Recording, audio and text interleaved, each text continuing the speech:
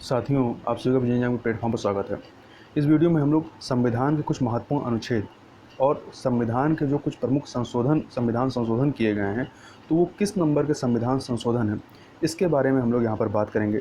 चूँकि ये एक ऐसा सेक्शन है जो किसी भी परीक्षा में के लिए बहुत महत्वपूर्ण है। प्रत्येक परीक्षा में इससे प्रश्न जरूर बनते हैं। तो इसलिए किसी भी परीक्षा के पहले हमें जो महत्वपूर्ण संविधान के अनुच्छेद हैं और जो प्रमुख संविधान संशोधन हैं, उनके बारे में एक बार रिवीजन कर लेना चाहिए। तो इसको प्रारंभ करते हैं।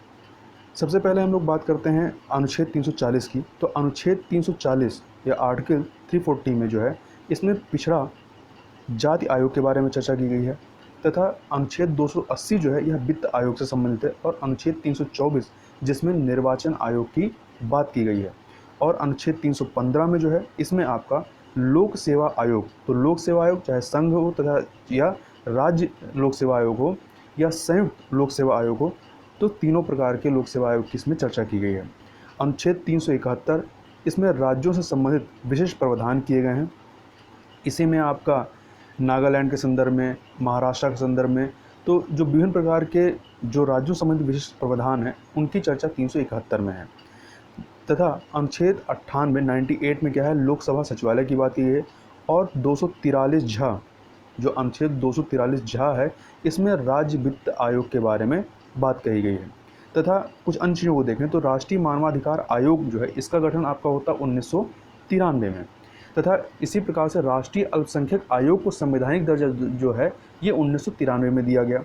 और राष्ट्रीय विकास परिषद का जो गठन है, जो कि पंचवर्षीय योजनाओं को अनुमोदन करने का जो कार्य करती थी, इसका गठन 6 अगस्त 1952 को हुआ था। जबकि योजना आयोग, जिसका मुख्य कार्य पंचवर्षीय योजनाओं का निर्माण का था, इसकी स्थापना जो 15 मार्च 1950 को, तो योजना आयोग की स्थापना 15 मार्च 1950 को होती है, जबकि राष्ट्रीय विकास परिषद की स्थापना 6 अगस्त 1952 को। अब योजना आयोग को समाप्त करके 2015 में 1 जनवरी 2015 को उसको समाप्त किया गया, और उसकी जगह पर नीति आयोग की स्थापना की गई। आगे चलते हैं। तो अनुच्छेद 324 जैसा कि हम लोगों ने ऊपर कहा, इसमें निर्वाचन आयोग या चुनाव आयोग की बात की गई है। तथा अनुच्छेद 263 जो है ये अंतर्राज्यीय परिषद से संदर्भ में है। जबकि जो 262 है वो नदियों के जो नदी विवाद है उसके संदर्भ में बात करता है 263 आपका। तो याद रखिएगा, आपका जो 262 है ये आपका, सॉरी यहाँ पे गड़बड़ है, 262 जो है ये अंतर्राज्यिक नदियों या जो नदी से संबंधित जो जल विवाद हैं उनके संदर्भ में है, और 263 जो है ये अंतर्राज्यीय परिषद के संदर्भ में है। इसके अलावा अनुच्छेद 268 से लेकर के 278 तक, 268 से 278 तक, इसमें क्या है, इसमें संघ एवं राज्यों के बीच करों के विभाजन से संबंधित है, और यह संविधान के भाग 12 के अंतर्गत इसकी चर्चा की गई है। कई बार पूछ लेता है कि जो वित्तीय मामले हैं केंद्र और राज्यों के बीच में, वो किस भाग में आता है, तो यह भाग 12 में है। तथा पहले वित्त आयोग का गठन आर्टिकल 280 के तहत किया जाता है, और इसका गठन जो है, पहले वित्त आयोग का गठन जो है 12 नवंबर 1951 को किया गया था, और वर्तमान तक जो है अभी तक 15 वित्त आयोगों का गठन किया जा चुका है। और जो 15वें वित्त आयोग के जो अध्यक्ष हैं कौन है, NK सिंह हैं। तथा जो प्रथम वित्त आयोग के जो अध्यक्ष थे वो कौन थे, KC नियोगी थे। और आर्टिकल 270 जो है, इसमें क्या बताया गया, इसमें केंद्र एवं राज्यों के मध्य आयकर के विभाजन की बात की गई है, जो इनकम टैक्स होता है उसके विभाजन की बात की गई है। 272 में केंद्रीय उत्पाद शुल्क के विभाजन की बात की गई है, जबकि 275 में राज्यों के राजस्व में सहायता अनुदान की बात की गई है। और आर्टिकल 268 अनुच्छेद 268 में ऐसे करों की बात की गई जो केंद्र द्वारा लगाए जाते हैं परंतु राज्यों द्वारा संग्रहित और विनियोजित किए जाते हैं। तो यह जो है आपका 268 में। इसके अलावा 352 की बात करें तो 352 में राष्ट्रीय आपातकाल की बात की गई है। और राष्ट्रीय आपातकाल 3 प्रकार से होता है। कैसे, या तो युद्ध की स्थिति हो, या वायु आक्रमण का खतरा हो, या सशस्त्र विद्रोह हो जाए। तो इन 3 स्थितियों में राष्ट्रीय आपातकाल आपका लगाया जाता है। और अनुच्छेद 356 में क्या है, इसमें आपका राज्यों में राष्ट्रपति शासन की बात की गई है, और 360 में जो है वित्तीय आपातकाल की चर्चा की गई है। इसके अलावा 359 में, अनुच्छेद 359 में कहा गया है कि युद्ध या आक्रमण की स्थिति में, तो यहाँ ध्यान दीजिएगा, यहाँ पे हमने 3 प्रकार के राष्ट्रीय आपातकाल की बात की है, युद्ध, बाह्य आक्रमण और सशस्त्र विद्रोह। तो इसमें से जो 2 हैं, युद्ध और बाह्य आक्रमण, तो यदि ऐसी स्थिति होती है, मतलब युद्ध या बाह्य आक्रमण की सिचुएशन में राष्ट्रीय आपातकाल लगाया गया है, तो ऐसी कंडीशन में अनुच्छेद 20 और अनुच्छेद 21 के अतिरिक्त अन्य मूल अधिकार तथा अन्य स्थितियों में, मतलब ये सशस्त्र विद्रोह की स्थिति आती है, तो यदि अन्य स्थिति कोई है तो उसमें जो है 20, 21, 19 के अलावा अन्य मूल अधिकारों को राष्ट्रपति जो है वो स्थगित कर सकता है। तो यहाँ समझने की बात है कि यदि आपका जो आपातकाल है वो युद्ध एवं बाह्य आक्रमण की सिचुएशन में लगता है, तो आपका 20 और 21 जो है ये मूल अधिकार स्थगित नहीं होते हैं किसी भी कंडीशन में, ठीक है। 20 में क्या है, 20 में जो है आपका अपराधों के लिए दोष सिद्ध के संबंध में संरक्षण की बात की गई है, और 21 में क्या है, 21 में आपका प्राण और दैहिक स्वतंत्रता के संरक्षण की बात की गई है। मतलब युद्ध या बाह्य आक्रमण की सिचुएशन में यदि राष्ट्रीय आपातकाल लगाया जाता है तो यहाँ पर आपका जो 19 के तहत स्वतंत्रता का अधिकार है, मतलब जिसमें आपकी वाक स्वतंत्रता आती है, अभिव्यक्ति स्वतंत्रता आती है, वो स्थगित किया जा सकता है, परंतु 20 और 21 स्थगित नहीं होगा। परंतु यदि सशस्त्र विद्रोह के कंडीशन में आपका राष्ट्रीय आपातकाल लगाया जाता है तो इसमें 20, 21 तो स्थगित नहीं होगा, इसके साथ ही जो आपका स्वतंत्रता का अधिकार 19 है उसको भी स्थगित नहीं किया जा सकता। इन तीनों के अलावा अन्य जितने भी मूल अधिकार हैं उनको राष्ट्रपति स्थगित कर सकता है। तो ये दोनों कंडीशन महत्वपूर्ण है कि किस कंडीशन में कौन से जो आपके मूल अधिकार हैं वो स्थगित होंगे और कौन से स्थगित नहीं होंगे।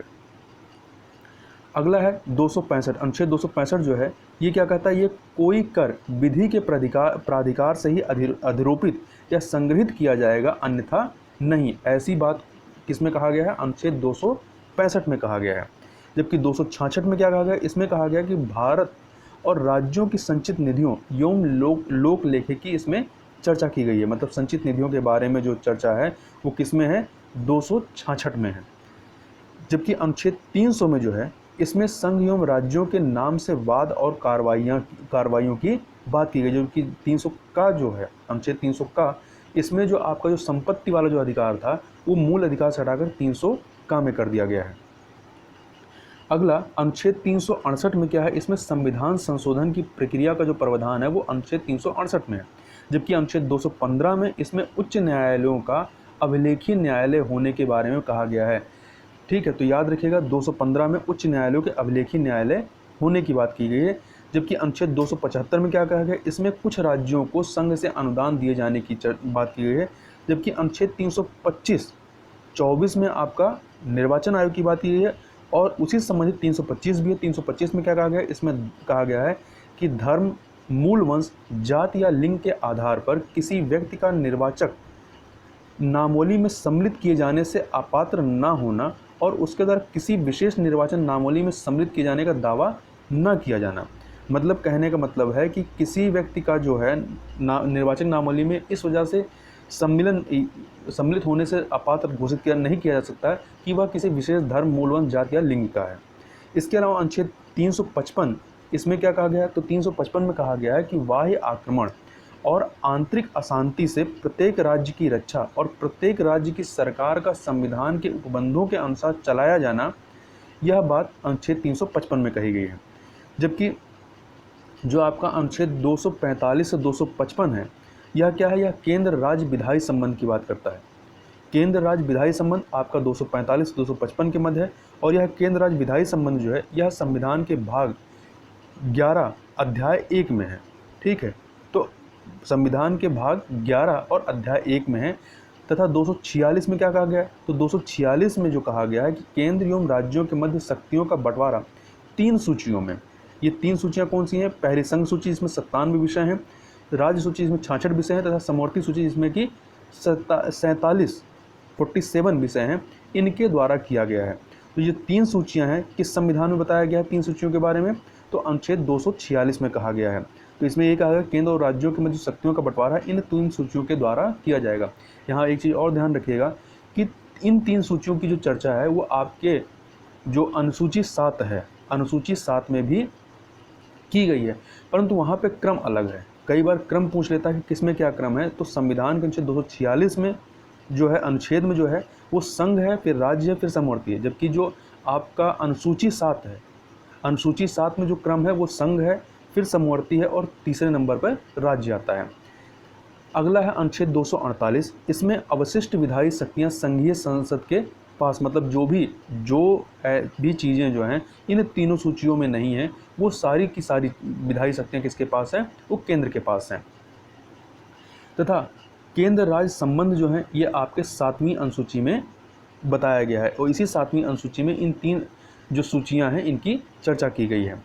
जबकि आर्टिकल 249 में 249 में इसमें क्या कहा गया? इसमें राज्य सूची के विषय के संबंध में संसद की विधायी शक्तियों की बात की गई है, और केंद्र और राज्यों के मध्य बेहतर संबंधों की स्थापना के लिए उनके मध्य विधायी, प्रशासनिक और वित्तीय संबंधों का वर्णन जो है उस संविधान के भाग 11 एवं भाग 12 में किया गया है।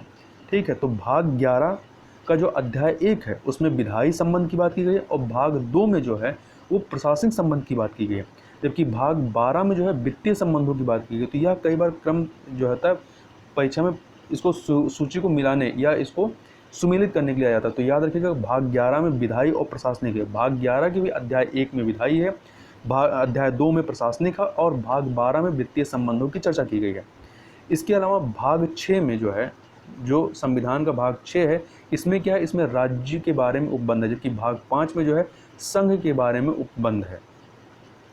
इसके अलावा आर्टिकल 124 अनुच्छेद 124(4) जो है ये क्या कहता है? यह उच्चतम न्यायालय के न्यायाधीशों को हटाने की प्रक्रिया का जो प्रावधान है वो अनुच्छेद 124(4) में है। जबकि 324 किससे संबंधित? निर्वाचन आयोग से।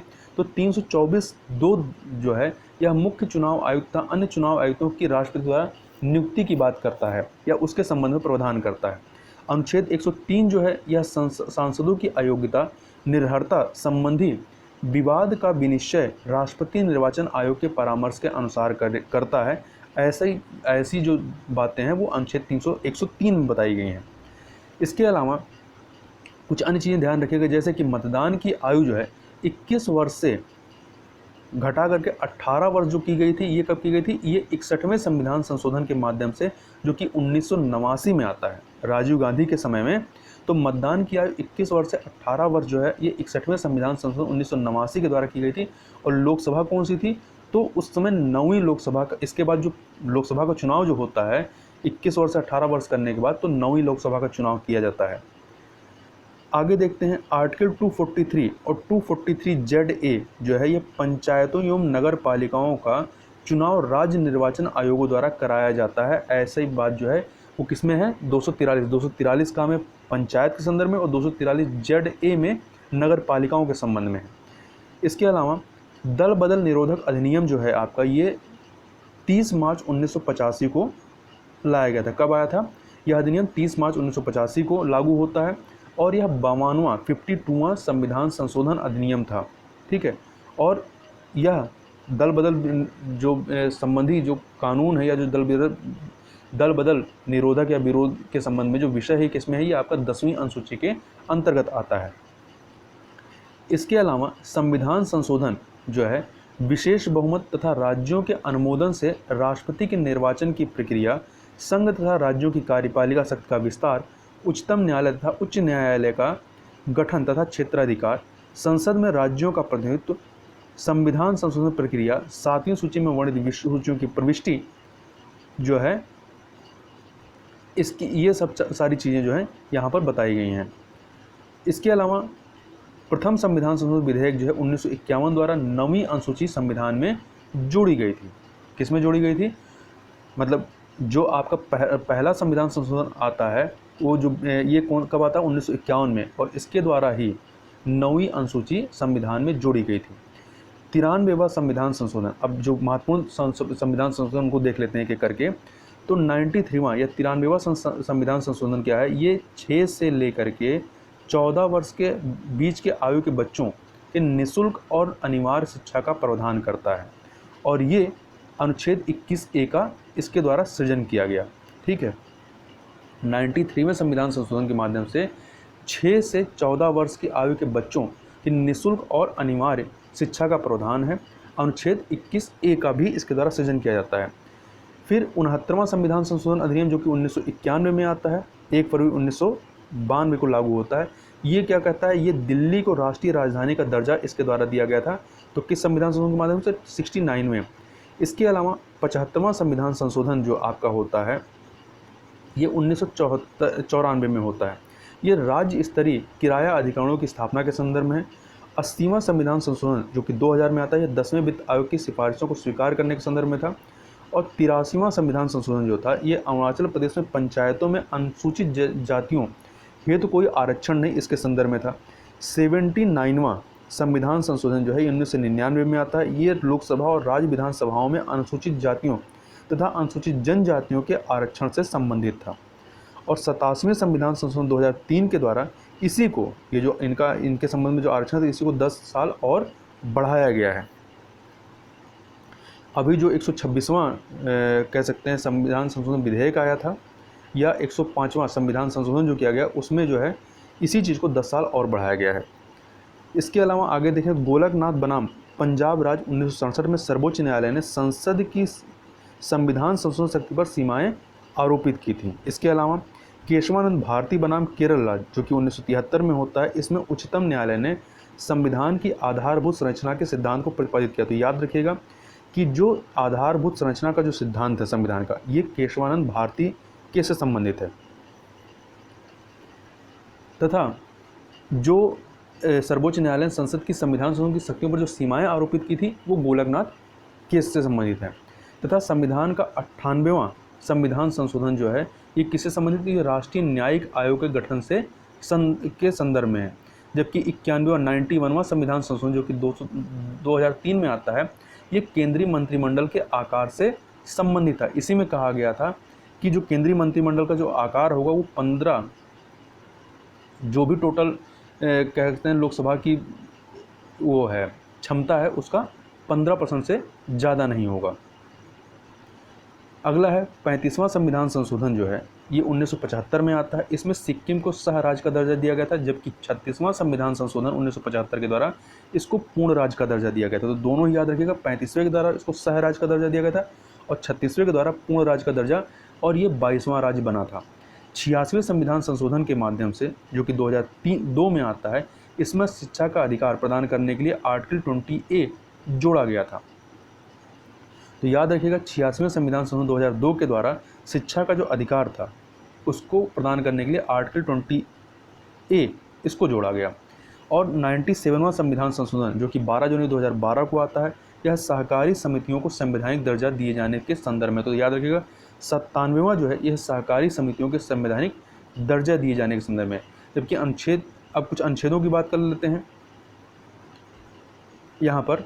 तो जो अनुच्छेद 305 का है, 350 का जो है, ये क्या कहता है, यह प्रत्येक राज्य, ये कहता है कि प्रत्येक राज्य शिक्षा के प्राथमिक स्तर पर मातृभाषा में शिक्षा की पर्याप्त सुविधाओं की व्यवस्था करने का प्रयास करेगा। तो यह भी जो है आपके प्राथमिक शिक्षा संबंधित है, या आपके शिक्षा के अधिकार से ही, या शिक्षा का जो मूल अधिकार उससे ही संबंधित है।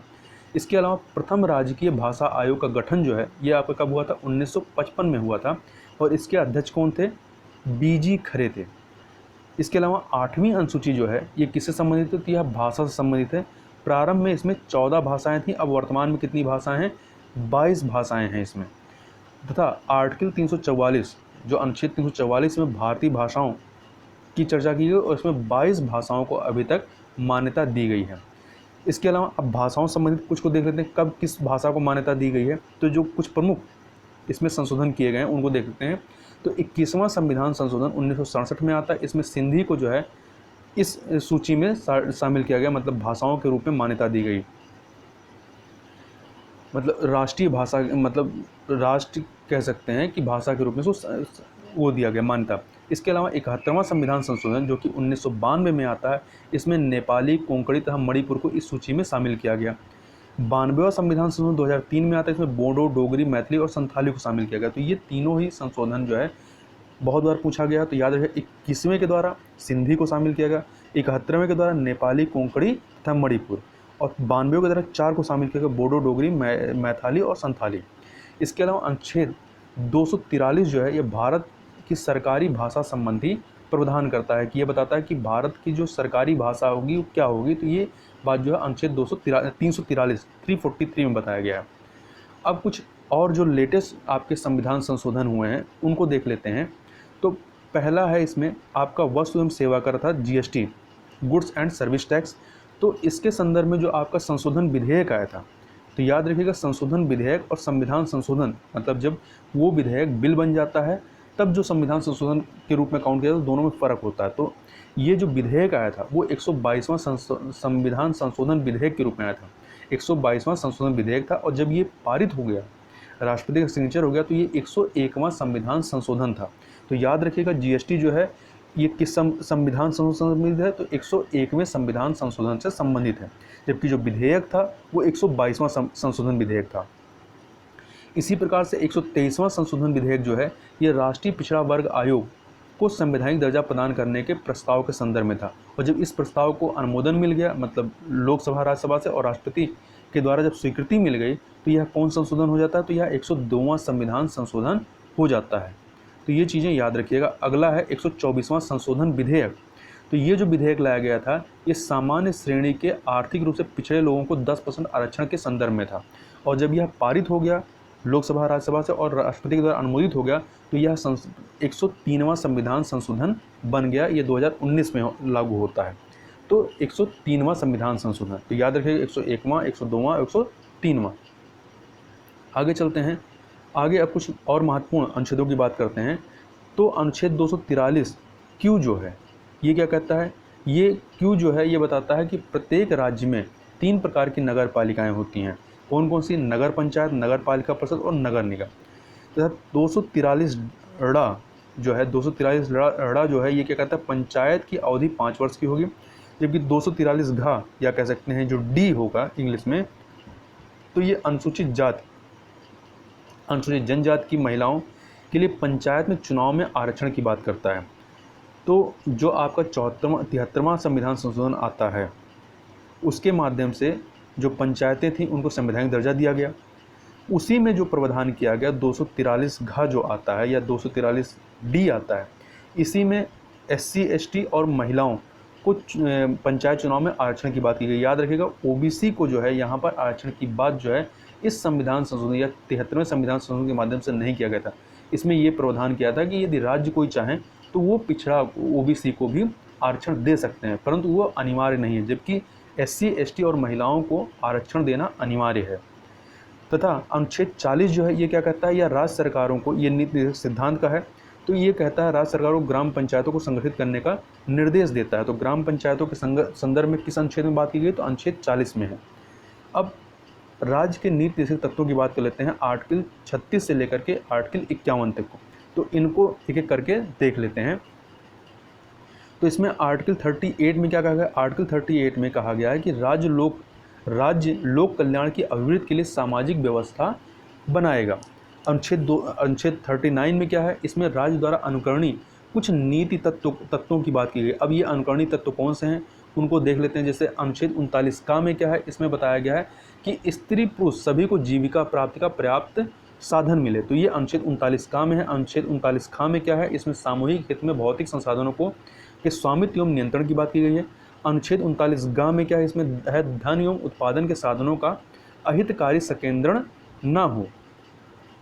इसके अलावा घा में अर्थात डी में क्या है, अनुच्छेद 39 डी या घा में इसमें है स्त्री तथा पुरुषों को समान कार्य हेतु समान वेतन। तो यह महत्वपूर्ण है। तो यदि कहा जाए कि स्त्री तथा पुरुषों को समान कार्य हेतु समान वेतन का प्रावधान या इसकी चर्चा कहाँ पर की गई, तो नीति सिद्धांत के अनुच्छेद 39 के घा में या डी में।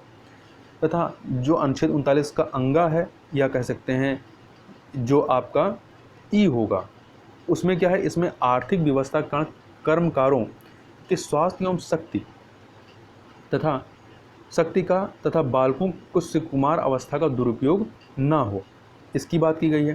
तथा जो आपका चा है या कह सकते हैं जो एफ होगा, उसमें क्या है, इसमें 42वें संशोधन द्वारा परिवर्तन किया गया। इसमें कहा गया कि बालकों को स्वतंत्र और गरिमा युक्त वातावरण में स्वस्थ विकास के अवसर और सुविधाएं दिए जाएं।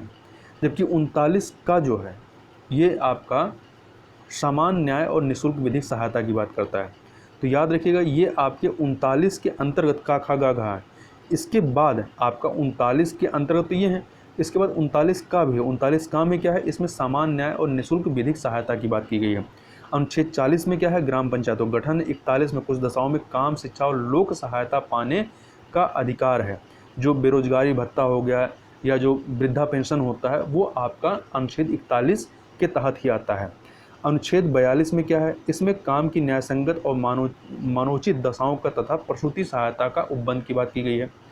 43 में क्या है, कर्मकारों के लिए निर्वाह मजदूरी आदि विशेषता कुटीर उद्योगों को व्यक्तिगत या सहकारी आधार पर बढ़ाने के प्रयास के संदर्भ में है। इसके अलावा 44 में क्या है, अनुच्छेद 44 या 44 में इसमें है नागरिकों के लिए एक समान सिविल संहिता। तो जो समान सिविल संहिता है उसकी जो बात है वो आपका 44 में है। जबकि 45 में क्या है, इसमें 6 वर्ष से कम के बालकों के लिए बाल्यावस्था, देखरेख और शिक्षा के उपबंध की बात की गई है। 46 में अनुसूचित जाति, अनुसूचित जनजातियों और अन्य दुर्बल वर्गों के शिक्षा और अर्थ संबंधी हितों की अवृत्ति की बात की गई है। अनुच्छेद 47 में पोषाहार स्तर और जीवन स्तर को ऊंचा करने तथा लोक स्वास्थ्य का सुधार करने का राज्य का कर्तव्य है, ऐसा इसमें कहा गया है। 48 में कृषि और पशुपालन के संगठन की बात कही गई है तथा 48 का में क्या है, इसमें पर्यावरण का संरक्षण तथा संवर्धन और वन तथा वन्य जीवों की रक्षा के संदर्भ में बात की गई है। और 49 में क्या है, इसमें आपका कहा गया है कि राष्ट्रीय महत्व के संस्मारकों, स्मारकों, स्थानों और वस्तुओं के संरक्षण की बात की गई है। और अनुच्छेद 50 में कार्यपालिका से न्यायपालिका के पृथक्करण की बात की गई। तो याद रखिएगा, महत्वपूर्ण है, कार्यपालिका से न्यायपालिका के पृथक्करण की चर्चा आपका अनुच्छेद 50 में है। जबकि अनुच्छेद 51 में क्या है, 51 में इसमें कहा गया है अंतर्राष्ट्रीय शांति और सुरक्षा की अवृत्ति के संदर्भ में बात की गई है। तो ये सारी चीज़ें नीति सिद्धांत के अंतर्गत आती हैं। इसके अलावा आपका जो अनुच्छेद 243 जी है, ठीक है, आपका अनुच्छेद 243 जी, इसमें क्या है, पंचायतों की शक्तियाँ, प्राधिकार एवं उत्तरदायित्व संबंधी प्रावधान किया गया है। और 2 अक्टूबर 1959 को पंचायतों संबंधित है। 2 अक्टूबर 1959 को राजस्थान के नागौर जिले में पंचायती राज का उद्घाटन किया गया था।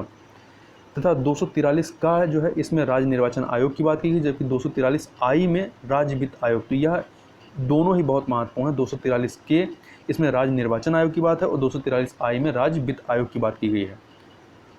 और एक फैक्ट और याद रखिएगा कि मिजोरम, दिल्ली तथा नागालैंड में पंचायती राज संस्था नहीं है। कई बार पूछ लेता है कि 4 ऑप्शन देखेगा कि निम्न में से कहाँ पर पंचायती राज संस्था नहीं है।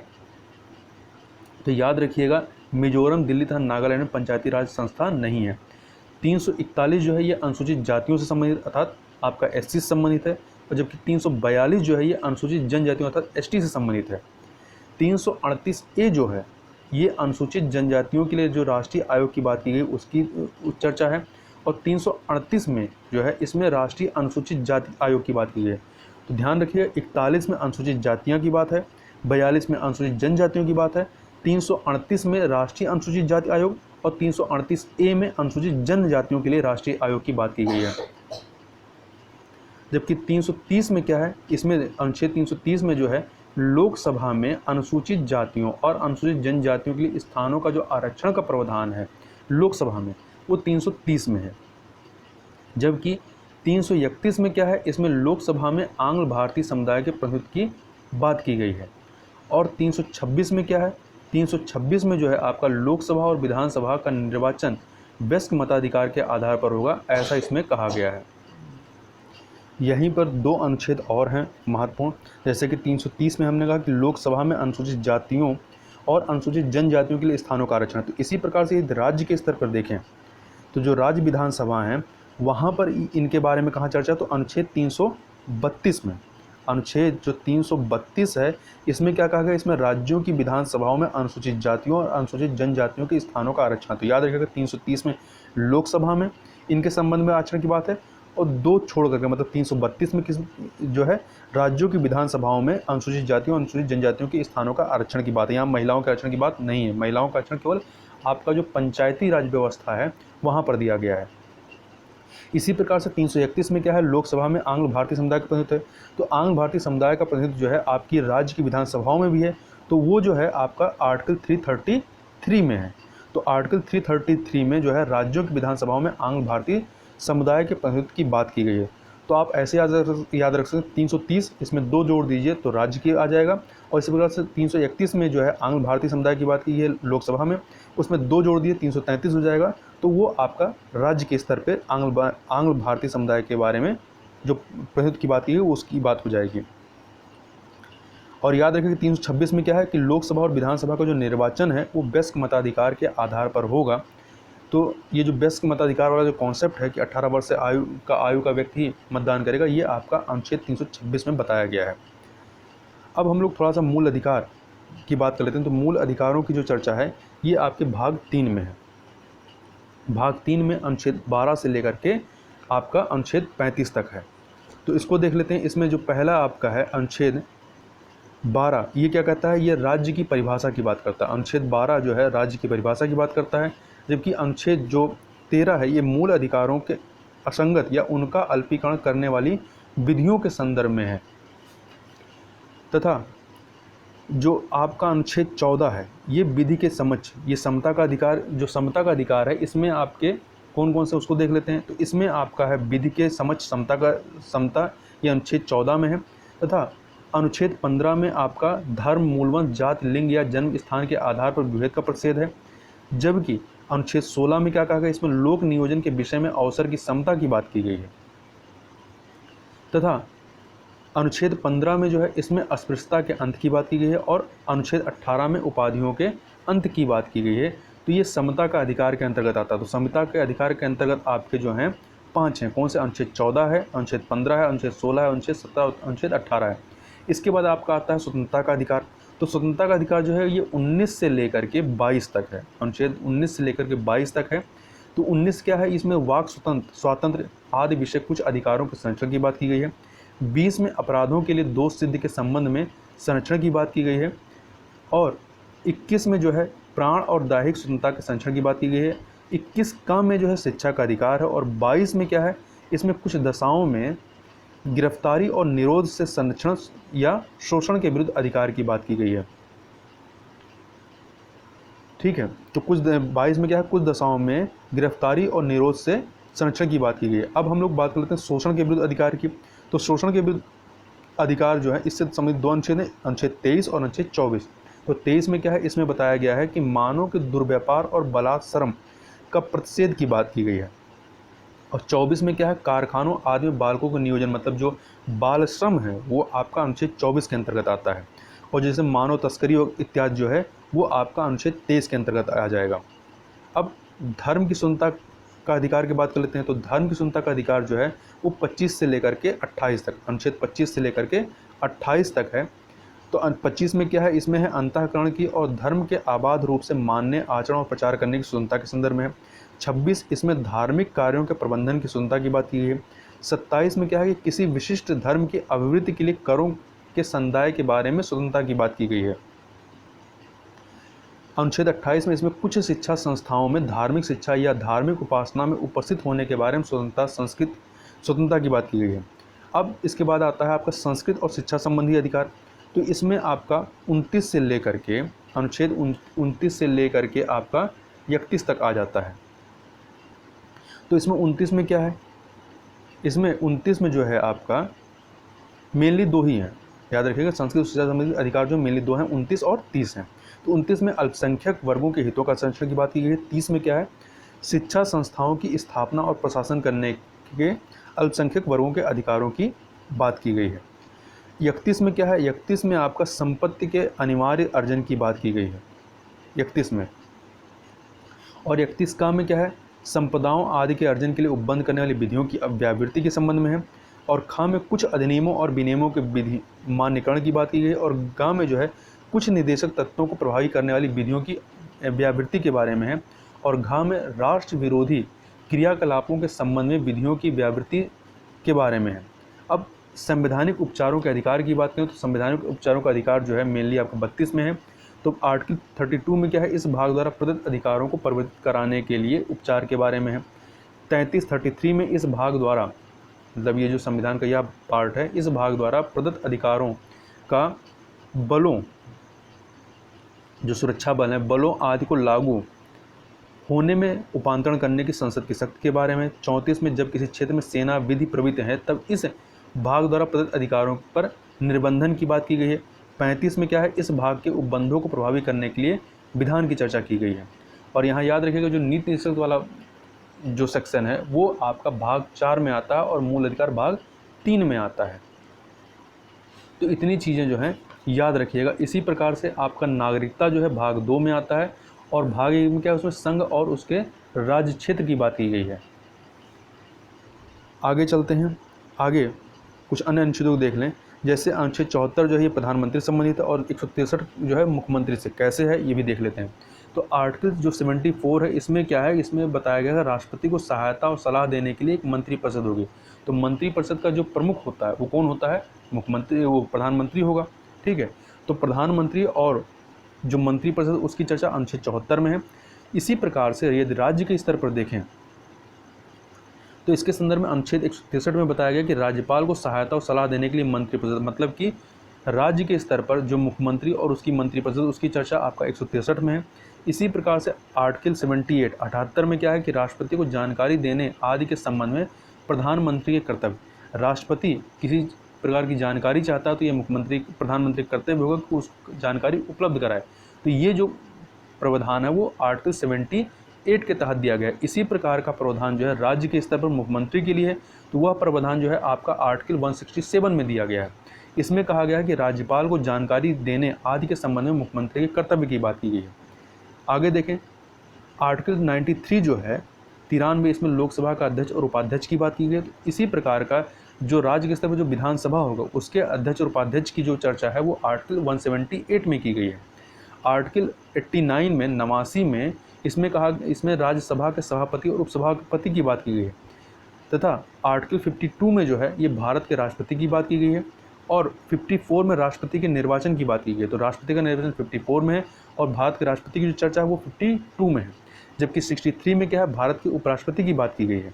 तो राष्ट्रपति की बात 52 में और उपराष्ट्रपति की बात 63 में की गई है। और 61 में क्या है, इसमें राष्ट्रपति पर महाभियोग चलाने की प्रक्रिया के बारे में बात की गई है।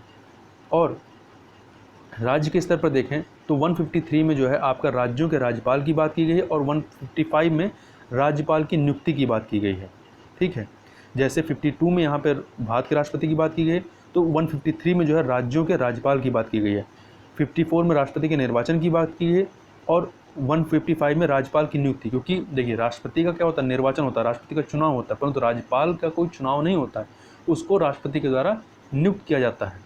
ठीक है, जिसको केंद्रीय मंत्रिमंडल कहती है उसको राष्ट्रपति जो है राज्यपाल के रूप में नियुक्त करता है। तो राज्यपाल की नियुक्ति होती है जबकि राष्ट्रपति का निर्वाचन होता है।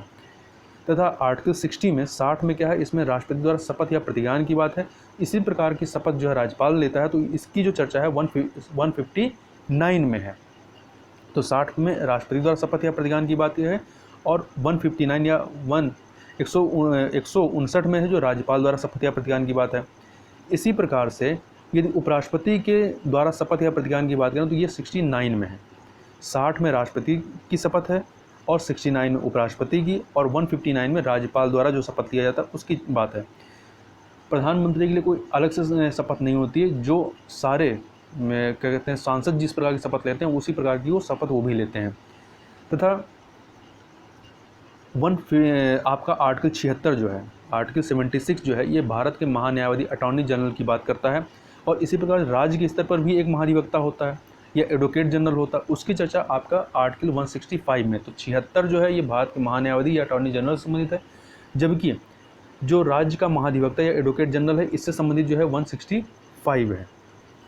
एक चीज़ ध्यान रखिएगा, जो भारत का महान्यायवादी होता है उसकी जो नियुक्ति है वो राष्ट्रपति करता है और राज्य के महाधिवक्ता की जो नियुक्ति है वो राज्यपाल करता है। और दोनों ही वहाँ पर राष्ट्रपति के प्रसाद पर्यंत ये महान्यायवादी जो है अपने पद पर रहते हैं और राज्य में जो है राज्यपाल के प्रसाद पर्यंत जो है महाधिवक्ता अपने पद पर बने रहते हैं। इसके अलावा आर्टिकल 72 जो है ये राष्ट्रपति की क्षमा आदि और कुछ मामलों में दंडादेश के निलंबन, परिहार या लघुकरण की राष्ट्रपति की शक्ति है। मतलब राष्ट्रपति की जो क्षमा दान की जो शक्तियाँ हैं वो 72 में है। इसी प्रकार की क्षमा दान की जो शक्तियाँ हैं वो आपका राज्यपाल को भी प्रदान की गई हैं। राष्ट्रपति से कुछ कम है परंतु राज्यपाल को भी क्षमादान की शक्तियाँ प्रदान की गई हैं। तो इसकी चर्चा जो है आपका अनुच्छेद 161 में है। तो 72 में राष्ट्रपति के संबंध में क्षमादान की शक्तियाँ हैं, और 161 में जो है राज्यपाल को जो प्रदान की गई क्षमादान की शक्तियाँ वो हैं। तो क्षमा आदि और कुछ मामलों में दंडादेश के निलंबन, परिहार या लकवण की राज्यपाल की शक्ति है। तो ये कुछ महत्वपूर्ण अनुच्छेद और संविधान संशोधन थे जिनके बारे में प्रत्येक परीक्षा में 2 से 3 प्रश्न पूछा जाता है। तो इस वीडियो में बस इतना ही। मिलते हैं नेक्स्ट वीडियो में, तब तक के लिए बहुत बहुत धन्यवाद।